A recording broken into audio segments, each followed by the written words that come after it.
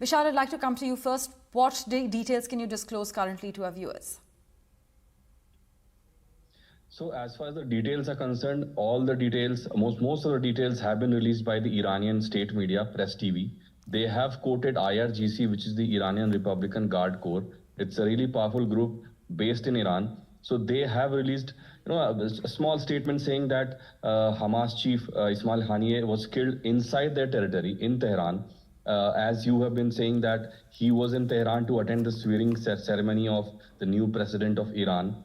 He was there yesterday.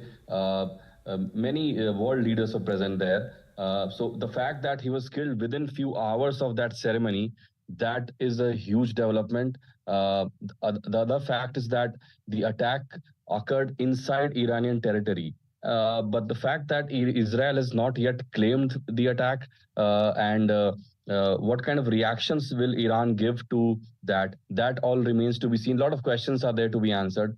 A short update has been given by Press TV, which is the Iranian state media, saying that Ismail Haniyeh, who was the chief of Hamas, who was the face of Hamas, since he traveled around the Middle East, vouching for Hamas wherever he went, and he sort of bridged a gap between the world powers and Hamas, since he was stationed outside of the Gaza territory and sort of furthered the cause of Hamas. So it's a big loss for Hamas.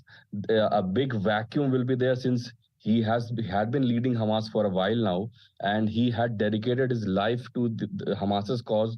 And the fact that his 3 sons were killed this year in another Israeli strike, it says how much of an effect, his family, the killing of his family could have on the war. So how Israel releases the statement, that is still to be seen. As we've been reporting that within a space of few hours, 2 key opposition forces of Israel, one belonging to the powerful Hezbollah militant group, and another one, Ismail Haniyeh, both have been killed within a space of few hours. It's a huge development. It could reshape how this Israel-Hamas war has been, shaped in the last few months. Yes. So all of that will be, seen in the next few days or the next few weeks. Well, lots of unanswered questions at this point. Vishal, do stay on with us as I rope in Mohammad Ghazali as well, who's been tracking the latest developments. Ghazali, just about 18 hours ago, a Hamas delegation led by Ismail Haniyeh met with the new Iranian president Masoud Pezeshkian to discuss the political and field developments that were related to the Israeli war on Gaza. And in fact, Senior Minister Nitin Gadkari was also present, and this is just about 18 hours ago. Yes, India's representation was being done by Mr. Nitin Gadkari, our Roads and Transport Minister, in the swearing-in ceremony of Iranian president. Now, coming to the point that what happens next.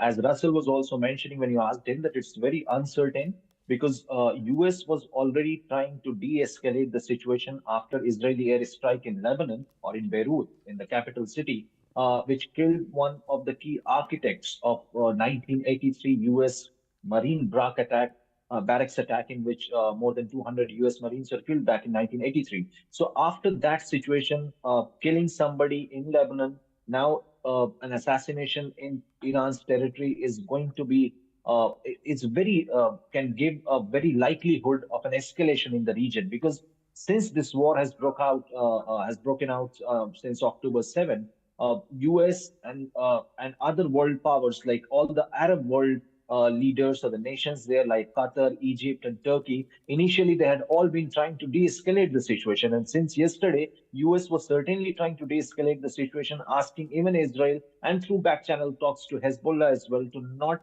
drag this into a full-blown war. And that is why yesterday we saw targeted attack, and what we call a attack with precision, where Israel claimed that they have killed the Hezbollah commander, one of the key commanders of Hezbollah in Lebanon. But nobody was expecting that Ismail Haniyeh, who was in Iran for the swearing-in ceremony of the Iranian president, would be assassinated. Now, further details have to emerge to know whether Israel had shared this plan, or whether Israel takes the responsibility for this, because Iranian state media and those aligned with Iran are certainly blaming Israel for it. But now it will have to be seen whether the United States was in the know of the things, because for most of the operations we have seen since last year that Israel keeps US in the loop. it keeps informing them about the attack. And now it's all the onus on the United States to see whether the situation escalates from this point, or whether both the parties will yet again be asked to control and not go, or maybe a controlled retaliation like what we saw when Iran sent hundreds of drones over Israel. And it will have to be seen whether other players are also dragged into this war. Houthis have been quiet for a while. There have been threats of attacks on US properties or defense properties in Iraq and others in Syria. So in Iraq, basically. So we'll have to see whether all these elements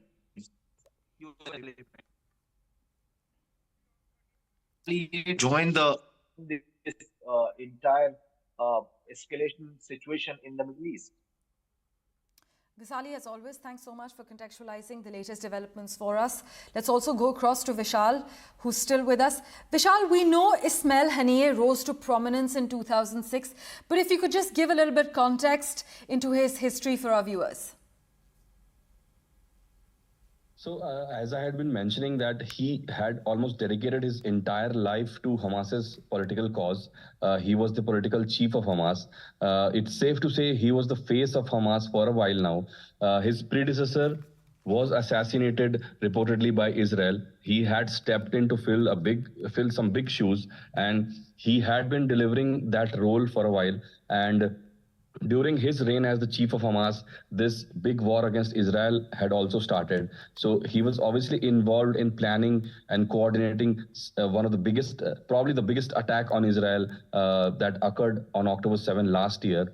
To put it into more perspective, he spent almost 4 decades in the party. There was another party before Hamas was, constituted. He had started in that party and then moved up the ranks of Hamas.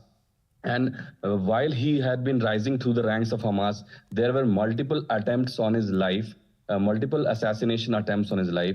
He had survived all of them. But when the war against Israel started last year, the situation was escalated to next level, and his 3 sons were assassinated by Israel this year. He had seemed very poised when the announcement was made to him that his sons had been assassinated. So he was a really strong force within Hamas and outside Hamas. And then finally, he could not survive the latest assassination attempt. As we've been reporting, he has been killed in Tehran. But it remains to be seen who is behind the attack. But as Ghazali had mentioned, that Iranian state media is straight away blaming Israel for these attacks. Vishal, thanks so much for joining us with the latest developments.